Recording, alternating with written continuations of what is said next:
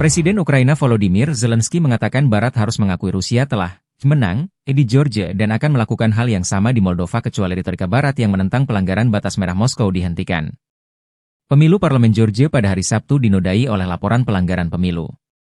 Pihak oposisi menentang hasilnya dan Sekutu Barat mengatakan penyimpangan yang dilaporkan harus diselidiki. Partai pro-Rusia yang berkuasa mengklaim kemenangan di Georgia. Kita harus mengakui di Georgia bahwa hari ini Rusia menang. Pertama, mereka mengambil sebagian dari Georgia, kemudian mereka mengubah kebijakan pemerintah. Dan sekarang, Georgia memiliki pemerintah yang pro-Rusia, kata Zelensky dalam bahasa Inggris dalam sebuah video yang dirilis pada Rabu.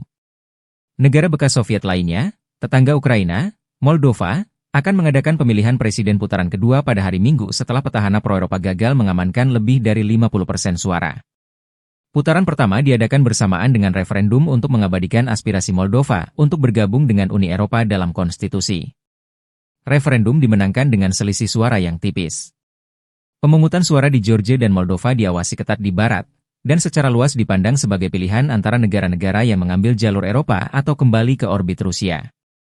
Zelensky menyatakan bahwa Rusia sedang dalam perjalanan untuk menerapkan skenario di Moldova yang mirip dengan yang terjadi di Georgia.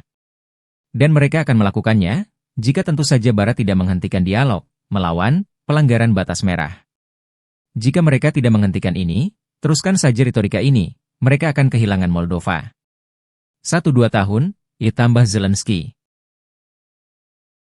Download Tribun X sekarang, menghadirkan lokal menjadi Indonesia.